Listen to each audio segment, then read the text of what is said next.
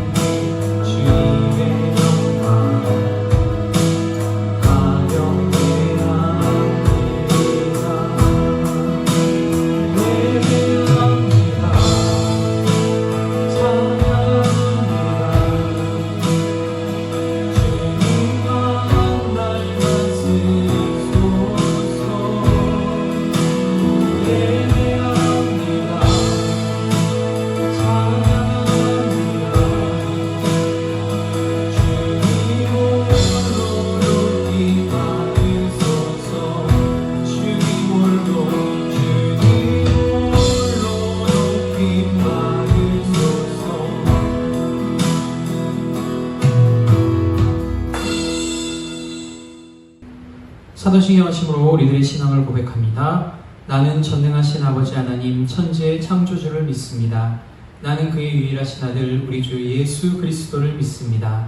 그는 성령으로 잉태되어 동정녀 마리아에게서 나시고 본디오 빌라도에게 고난을 받아 십자가에 못 박혀 죽으시고 장사된 지 사흘 만에 죽은 자 가운데서 다시 살아나셨으며 하늘에 오르시어 전능하신 아버지 하나님 우편에 앉아 계시다가 거기로부터 살아있는 자와 죽은 자를 심판하러 오십니다. 나는 성령을 믿으며 거룩한 공교회와 성도의 교제와 죄를 용서받는 것과 몸의 부활과 영생을 믿습니다. 아멘. 할렐루야. 할렐루야. 우리들의 위로자 되시고 우리들의 인도자 되시는 한 분 목자인 우리 주님을 따라가는 이 시간 되기를 원합니다. 우리 함께 다윗의 노래 함께 가사 생각하시면서 찬양하도록 하겠습니다.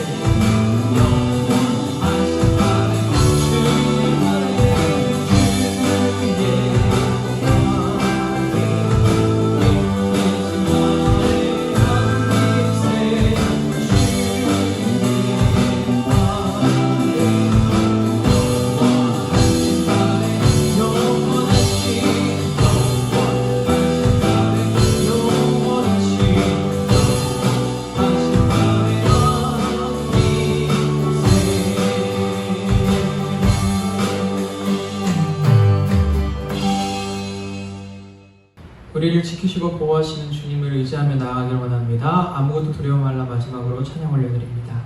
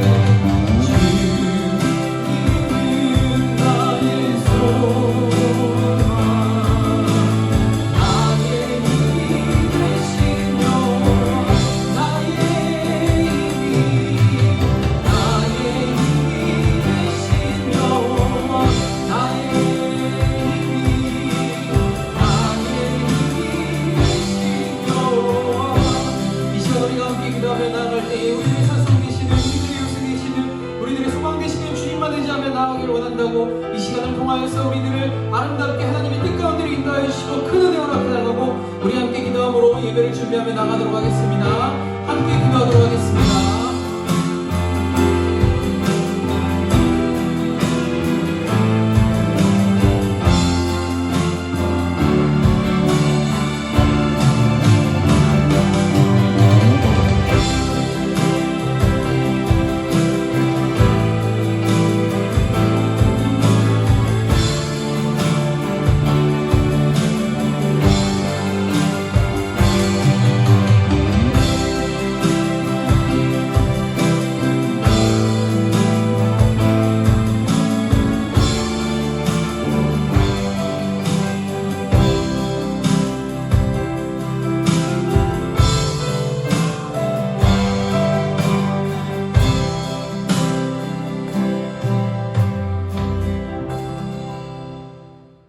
사랑의 주님, 9월의 두 번째 주일입니다.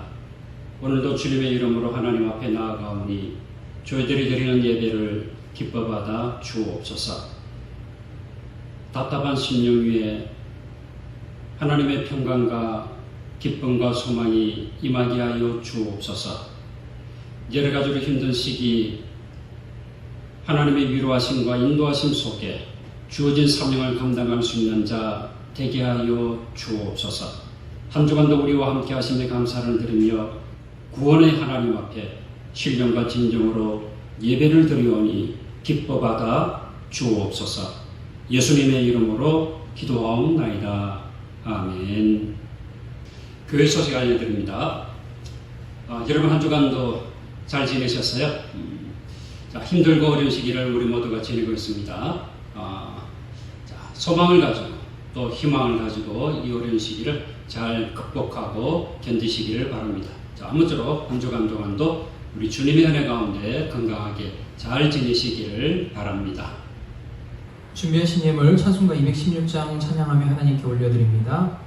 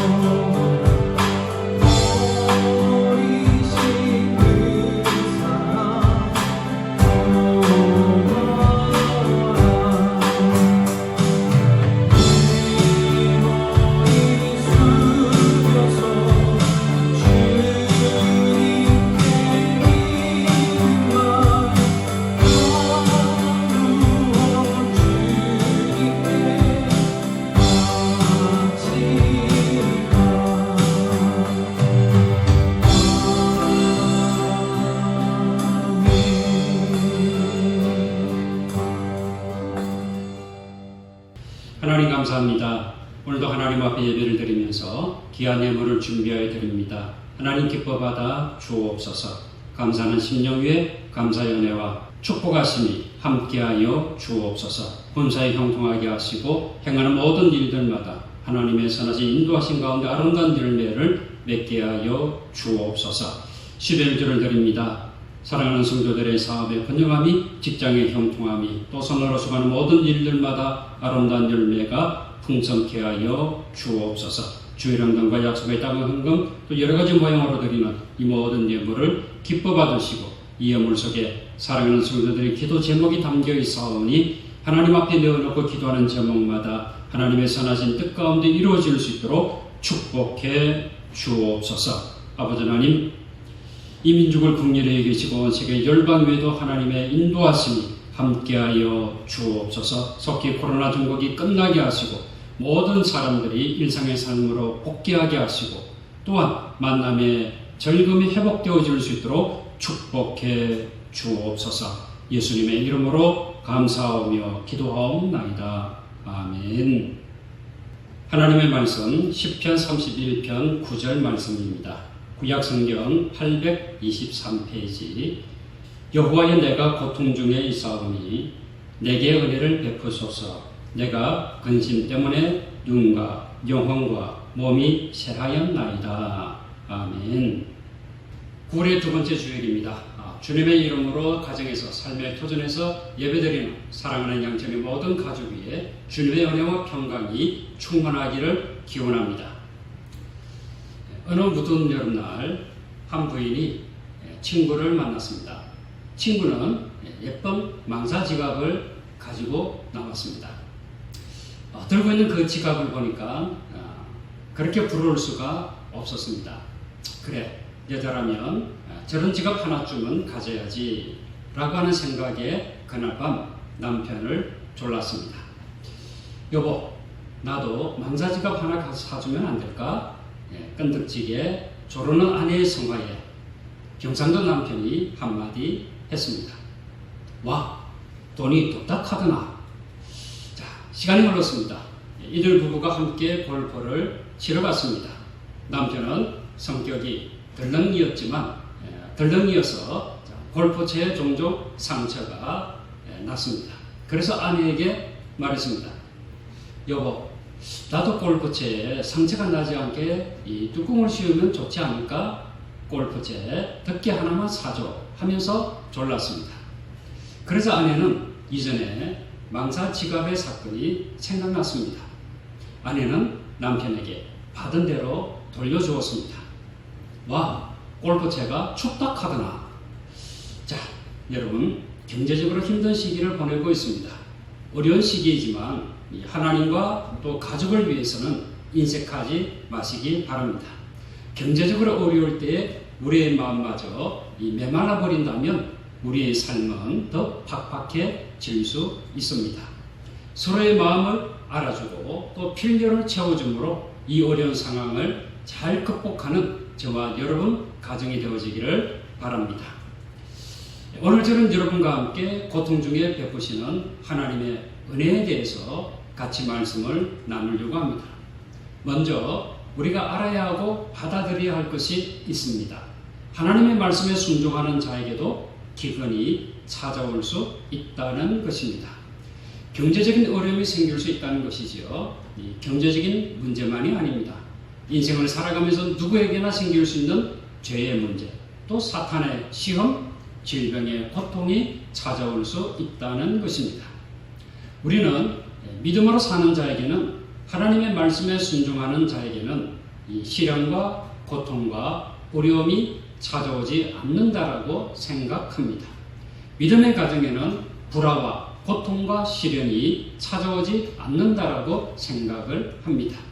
그러나 하나님의 말씀을 보면 믿음이 좋은 사람에게도 또 하나님의 말씀을 따라 순종하며 사는 가정에도 사랑과 믿음으로 하나님의 나라를 세워가려는 공동체에도 시련과 고통이 찾아올 수 있다는 것입니다. 자, 이 사실을 우리는 받아들여야 합니다. 문제는 믿음의 사람에게 또 예배를 잘 드리는 사람에게 순종의 사람에게 찾아오는 시련과 고통을 어떻게 이기느냐가 문제입니다. 이 어떻게는 나에게 찾아온 문제와 사건을 해석하는 태도와 능력을 말합니다. 이 고통을 단순히 채찍으로 받아들이느냐 아니면 나를 향한 훈련의 도구로 받아들이느냐라고 하는 것이지요. 어떻게 생각하느냐에 따라서 불평할 수 있습니다. 원망할 수도 있습니다. 또 감사할 수도 있습니다. 한 단계 더 성장할 수 있습니다. 첫째, 이 고통 중에 있는 다윗에게 베푸시는 하나님의 은혜입니다. 오늘 본문의 말씀을 다시 보겠습니다. 시편 31편 9절 보면 여호와여 내가 고통 중에 있사오니 내게 은혜를 베푸소서. 내가 근심 때문에 눈과 영혼과 몸이 체하였나이다. 다윗은 지금 고통 중에 있습니다. 이전에 막대기와 또 물맷돌, 매끄러운 돌 5개로 골리앗을 쓰러뜨린 다윗입니다. 다윗이 골리앗을 향하여 외친 말이 여러분 기억나십니까? 사무엘상 17장 45절 말씀을 보면 이 다윗이 골리앗을 향하여 나아가면서 이렇게 외쳤지요. 자, 말씀을 보겠습니다. 다윗이 블레셋 사람에게 이르되 너는 칼과 창과 단창으로 내게 나오거니와 나는 만군의 여호와의 이름 곧 너가 모욕하는 이스라엘 군대의 하나님의 이름으로 너에게 나아가노라. 자, 이렇게 믿음이 좋은 다윗에게도 무엇이 찾아왔습니까? 고통이 찾아왔습니다. 이 고통을 인하여 다윗의 눈과 영혼과 몸이 쇠하였다라고 고백하고 있습니다. 이런 상황 속에서도 다윗은 선한 목자 대신 여호와 하나님께 기도하고 있습니다. 찬양하고 있습니다. 더 나아가서 자기와 함께하는 사람들에게 이렇게 검면합니다. 시편 31편 23절과 24절 말씀을 보게 되면 너희 모든 성도들아 여호와를 사랑하라. 여호와께서 진실한 자를 보호하시고 교만하게 행하는 자에게 엄중히 갚으시느니라. 여호와를 바라는 너희들아 강하고 담대하라. 아멘. 그렇습니다. 고통 중에서도 다윗은 하나님을 향하여 두 손을 높이 들고 기도했습니다. 찬양했습니다. 하나님을 의지하는 믿음으로 원수들의 핍박을 극복했습니다. 이스라엘 왕으로 훌륭하게 통치의 사역을 감당하는 왕이 되었습니다. 그는 하나님을 경외하는 백성들을 향하여 외칩니다. 고통 중에서도 진실한 자를 하나님은 보호하신다. 하나님을 바라봐라. 하나님을 인하여 강하고 담대하게 살아갑시다. 이렇게 외친 거지요. 사랑하는 성도 여러분, 눈과 영혼과 몸이 새하는 고통 중에서 우리에게 은혜를 베푸시는 하나님을 바라볼 수 있기를 바랍니다. 하나님을 향하여 기도하고 찬양하는 가운데 하나님의 베푸시는 은혜가 충만한 저와 여러분 되어지기를 주님의 이름으로 축원합니다. 둘째는 경제적인 시련 속에 있는 아브라함에게 베푸신 하나님의 은혜입니다. 순종의 사람 아브라함에게도 무엇이 찾아왔지요? 경제적인 시련이 찾아왔습니다. 창세기 12장 10절 말씀을 보게 되면 이렇게 말씀하고 있습니다. 그 땅에 기근이 들었으므로 아브라함이 애굽에 거류하려고 거리로 내려갔으니 이는 그 땅에 기근이 심하였음이라. 여러분, 그 땅은 어떤 땅입니까? 아브라함이 하나님의 지시하심을 따라 순종하여 이주한 땅입니다. 순종의 결과로 도착한 그 땅이라고 하는 거지요. 구체적으로 창세기 12장 5절 말씀에 나오는 가나안 땅입니다. 아브라함은 이 땅에서 여호와께 제단을 쌓아 감사의 제사를 드렸습니다. 창세기 12장 7절과 8절 말씀을 보게 되면 구체적으로 이렇게 나타나 있습니다. 여호와께서 아브라함에게 나타나 이르시되 내가 이 땅을 내 자손에게 주리라 하신지라. 자기에게 나타나신 여호와께 그가 그곳에서 제단을 쌓고 거기서 베델 동쪽 산으로 옮겨 장막을 치니 서쪽은 베델이요 동쪽은 아이라. 그가 그곳에서 여호와께 제단을 쌓고 여호와의 이름을 부르더니. 자, 그런데 제단을 쌓아 여호와의 이름을 부른 그 땅에 무엇이 찾아왔습니까? 바로 기근입니다. 경제적인 어려움이 찾아왔습니다. 그래서 아브라함은 경제적 어려움을 해결하기 위해서 어떤 해결책을, 어떤 선택을 했습니까? 먹고 살기 위해서 애굽을 선택했습니다. 우리는 이 아브라함이 애굽으로 내려간 그 자체를 지나치게 비난할 필요는 없을 것 같습니다. 애굽으로 갈 수도 있는 거지요. 하나님이 그렇게 인도할 수도 있습니다. 그런데 문제는 이것입니다. 자, 여러분 보세요. 아브라함이 하란을 떠날 때는 어떻게 했습니까? 창세기 12장 4절 말씀을 보게 되면 이에 아브라함이 여호와의 말씀을 따라 갔고 롯도 그와 함께 갔으며 아브라함이 하란을 떠날 때에 75세였더라. 다시 말씀을 보세요. 이에 아브라함이 여호와의 무엇을 따라? 말씀을 따라 갔고 라고 정확하게 기록하고 있습니다. 아브라함이 하란을 떠날 때는 여호와의 말씀을 따라 갔고 바로 이 사실입니다. 이것이 중요합니다. 하나님의 인도하심을 따라 하나님의 말씀을 붙들고 아브라함은 가나안 땅으로 갔던 것입니다. 그리고 하나님께서 약속하신 땅에 왔으면 경제적인 시련이 왔어도 어떻게 했어라도 이 시련을 그 땅에서 극복하려고 노력했어야 합니다. 그 땅에 머물러야 하지요. 그런데 조금 어려움이 생겼다고 해서 쉽게 포기하고 애굽으로 내려가고 말았습니다. 이것은 어떻게 보면 아브라함의 도피라고 볼 수 있습니다. 도피할 때는 저마다 이유가 있지요. 아브라함에게도 이런 이유가 있었을 거예요. 하나님께서 정말 내가 이 땅에 살기를 원한다면 왜 이런 이 어려움을 나에게 주었을까? 왜 나를 이렇게 힘들게 하셨을까? 라고 생각했을지도 몰라요. 아니면 나도 아마도 이 하나님의 뜻은 저 아래 애굽 땅에 잠시 피신했다가 다시 오는 것일 수도 있어 라고 생각할 수도 있었을 것 같아요. 자, 근데 여러분, 여기서 우리가 인정해야 할 것이 있습니다. 하나님의 인도하심을 받는 사람이라고 할지라도 세상을 살아가는 모든 사람들에게는 시련과 어려움이 찾아온다는 것입니다. 시련과 어려움이 전혀 없다고 하나님은 우리에게 결코 말씀하지 않았습니다. 예수님도 요한복음 16장 33절에서 이렇게 말씀하셨습니다. 이것을 너희에게 이르는 것은 너희로 내 안에서 평안을 누리게 하려 함이라. 세상에서는 너희가 환난을 당하나 담대하라. 내가 세상을 이겼노라 하시니라. 자, 예수님 분명히 말씀하시죠. 세상에서는 너희가 무엇을 당하나? 환난을 당하나. 자, 세상에서는 너희가 환난을 당할 것이다. 그러나 담대하라. 이유가 뭐죠?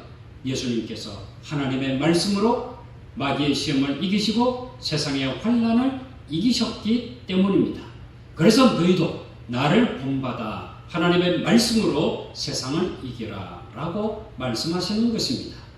그러나 우리는 하나님의 말씀으로 세상을 이기려고 하지 않습니다. 내 지혜와 내 지식과 내가 살아온 삶의 경륜을 통한 판단과 결정으로 세상의 문제를 해결하려고 합니다. 이것이 문제이지요. 여러분, 아브라함을 보십시오. 경제적인 어려움이 생기니까 하나님께 기도하기 전에 애굽의 물질적 풍요가 자신의 귀에 먼저 들려왔던 것입니다. 눈에 그 풍요로운 모습이 그려졌던 거지요. 그래서 그는 쉽게 결정을 내렸습니다. 이런 아브라함의 성급한 판단과 결정에도 불구하고 하나님은 아브라함과 사라의 언약을 기억하셔서 아브라함에게 은혜를 베풀어 주셨습니다.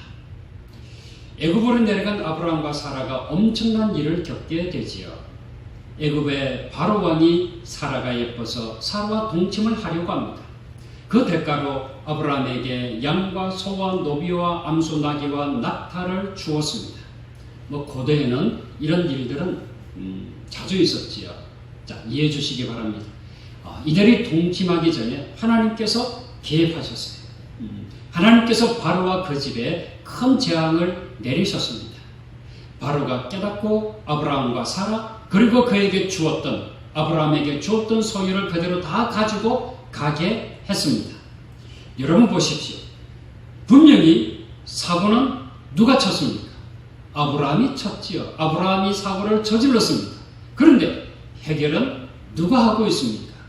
하나님께서 아브라함이 쳤던 그 문제를 일으켰던 사고를 하나님께서 마무리하시고 하나님께서 그 문제를 해결하고 계십니다.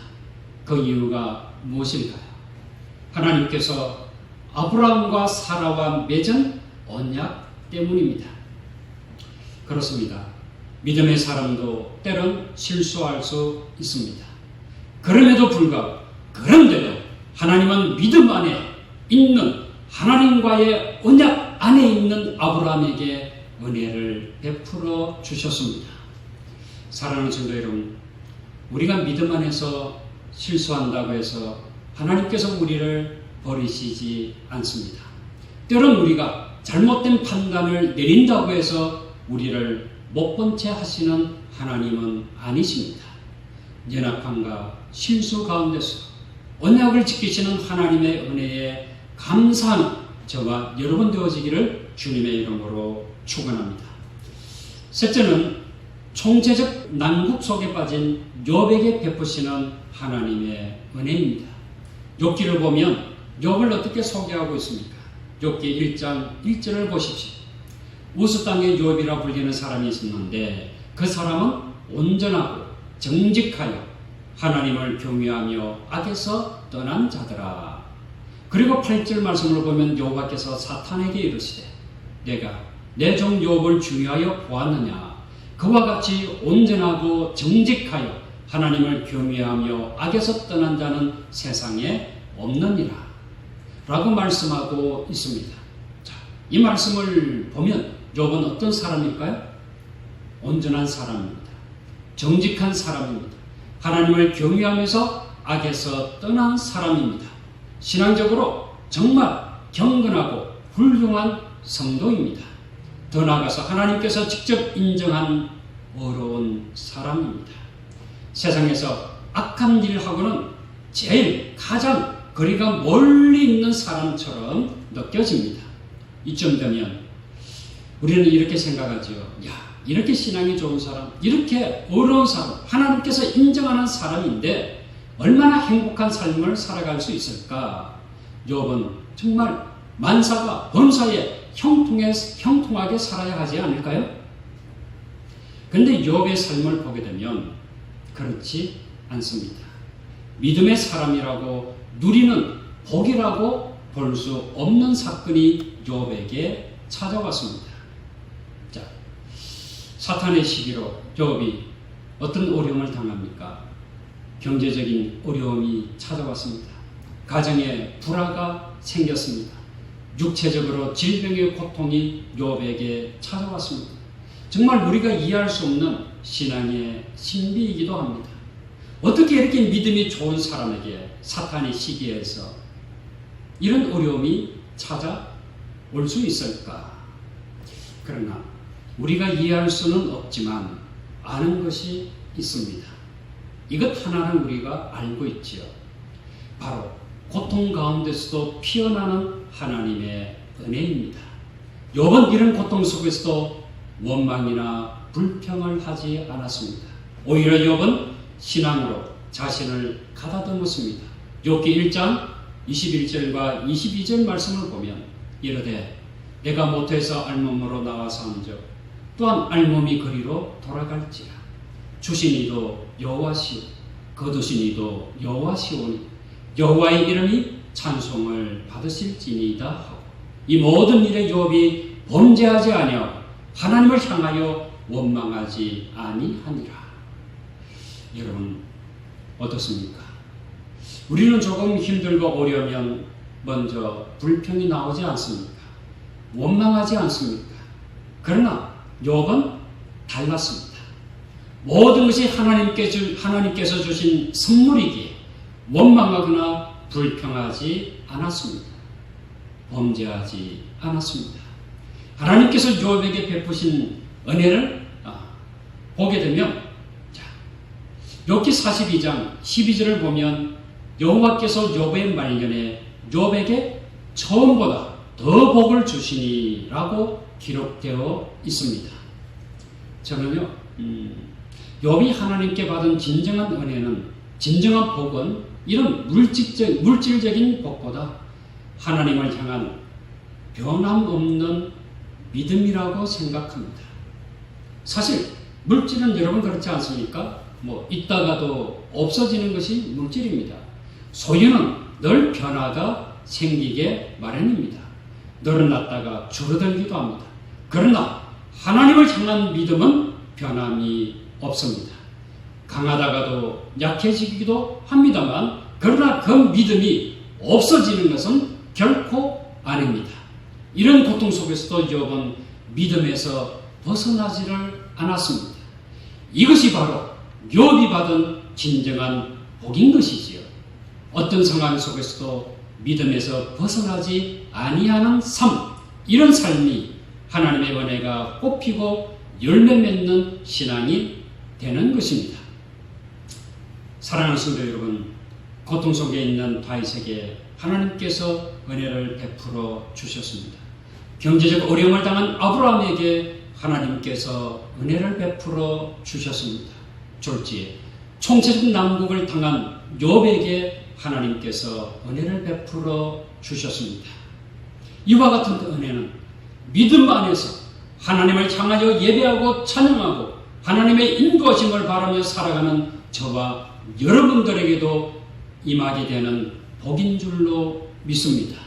오늘도 주님의 이름으로 예배드리고 있는 저와 여러분에게 이와 같은 은혜가 충만하기를 주님의 이름으로 축원합니다. 기도하겠습니다. 여러 가지 힘들고 어려운 상황을 만나지만 그와 같은 상황 속에서도 하나님의 이름으로 예배드리고 하나님의 이름을 찬양하고 하나님을 향하여 도움을 간구하는 자에게 베푸시는 은혜가 있음을 믿습니다. 다윗에게 베푸신 하나님의 은혜, 아브라함에게 베푸신 하나님의 은혜, 욥에게 베푸신 하나님의 은혜가 오늘도 예배드리고 있는, 아니 우리 사랑하는 영천의 모든 가족들에게 임하게 하여 주옵소서. 시련 속에 고난 가운데서도 뽑히는 하나님의 은혜가 충만한 심령과 가정과 이 민족과 온 세계 열방이 되게 하여 주옵소서. 아버지 하나님, 여러 가지 힘들고 어려운 상황 속에 우리가 말로 범죄하지 아니하기를 원합니다. 원망이나 불평하지 아니하고 오히려 감사하고 찬양하고 기뻐하며 믿음으로 주어진 사명을 감당할 수 있는 자 되게 하여 주옵소서. 한국 교회를 하나님 사랑하시며 이와 같은 고난의 시기에 더욱더 낮은 마음으로 민족을 섬기는 교회 되게 하여 주옵소서. 이 민족의 은혜를 베풀어 주심으로 여러 가지 많은 힘들고 어려운 상황을 극복해 나아갈 수 있는 민족이 되어질 수 있도록 대통령과 위정자들에게 하나님의 지혜와 하나님의 도우심으로 함께하여 주옵소서. 아버지 하나님, 무엇보다 우리 어린 자녀들에게 건강으로 함께 하시기를 원합니다. 저들이 가정에서 또 여러 가지 처한 상황 가운데서 지혜롭게 하시고 건강하게 하시고 무엇보다 하나님의 말씀 안에 믿음으로 잘 성장할 수 있는 귀한 자녀들 되게 하여 주옵소서. 이 자녀들을 케어하고 돌보는 부모들에게도 건강으로 함께 하시며 자녀들을 위하여 기도하는 제목마다 하나님의 응답하심이 임하게 하여 주옵소서. 속히 예배당에서 주님의 이름을 찬양하고 주님의 이름으로 사랑하고 교제하고 하나님의 은혜를 나눌 수 있는 믿음의 공동체 되게 하여 주옵소서. 예수님의 이름으로 기도하옵나이다. 아멘. 송영 찬송으로 찬송가 337장 찬양하도록 하겠습니다.